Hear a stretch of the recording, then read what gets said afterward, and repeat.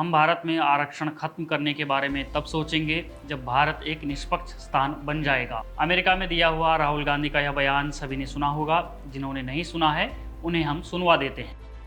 We will think of scrapping reservations when India is a fair place. इस बयान के पीछे राहुल गांधी की मंशा है कि वे सत्ता में आते ही आरक्षण खत्म कर देंगे। अब सवाल ये है कि क्या यह अकेले राहुल गांधी के दिमाग की उपज है? जवाब है बिल्कुल भी नहीं। अन्य पिछड़ा वर्ग, अनुसूचित जाति और अनुसूचित जनजाति विरोधी राहुल गांधी की इस मंशा को बल उनके नाना जवाहरलाल नेहरू देते हैं, उनकी दादी इंदिरा गांधी और उनके पिता राजीव गांधी देते हैं। इसी कड़ी में उनकी माताजी यानी सोनिया गांधी भी जुड़ती हैं। तो चलिए राहुल गांधी के वरिष्ठ पूर्वज से शुरू करते हैं। जवाहरलाल नेहरू साफ और सरल शब्दों में कहते हैं कि मुझे किसी भी रूप में आरक्षण पसंद नहीं है, खासकर नौकरियों में।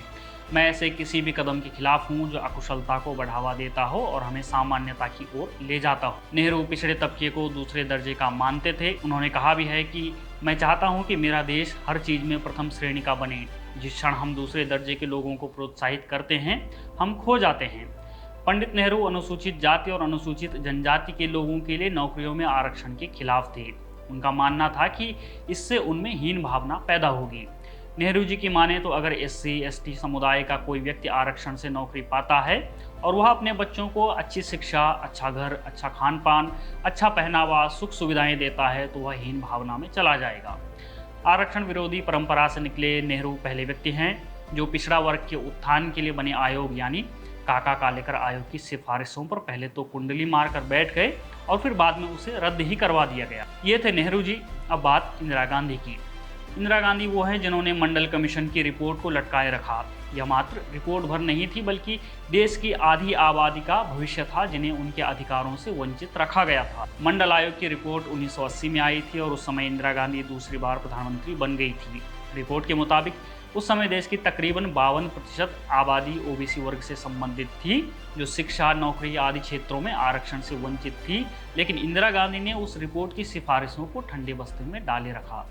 इंदिरा गांधी के बाद यही काम उनके बेटे राजीव गांधी ने भी किया। अब उनकी बात आ ही गई है तो आप नवभारत टाइम्स अखबार की ये कटिंग देखिए जिसमें राजीव गांधी दबे, कुचले और पिछड़े समाज को बुद्धू करार दे रहे हैं। राजीव गांधी अपने इस इंटरव्यू में कहते हैं कि आरक्षण के राजनीतिकरण के कारण इसके सभी प्रावधानों पर नए सिरे से विचार किया जाना चाहिए। अब आप ये लाइन ध्यान से सुनिए। वो आगे कहते हैं, वास्तव में दबे और पिछड़े लोगों को यह सुविधा और सहायता दी जाए, लेकिन इसका विस्तार कर विभिन्न क्षेत्रों में बुद्धुओं को बढ़ाने से पूरे देश को नुकसान होगा। राजीव गांधी की माने तो अगर दबे और पिछड़े लोग सरकारी नौकरियों, शिक्षा और विधायिका या फिर अन्य क्षेत्रों में आते हैं तो यह देश के लिए नुकसानदायक होगा। अब बात सोनिया गांधी की।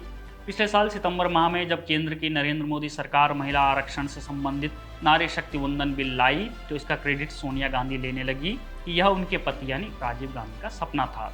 सोनिया गांधी ने बिल का समर्थन तो किया लेकिन साथ ही एक बड़ी शर्त भी जोड़ दी। इस बिल के साथ कास्ट सेंसस करवाकर एससी, एसटी और ओबीसी महिलाओं के लिए भी आरक्षण की व्यवस्था की जाए। हालांकि उस बिल में यह पहले से ही था कि जो सीटें अनुसूचित जाति और अनुसूचित जनजाति के लिए आरक्षित हैं उनमें से 33% सीटें महिलाओं के लिए आरक्षित होंगी।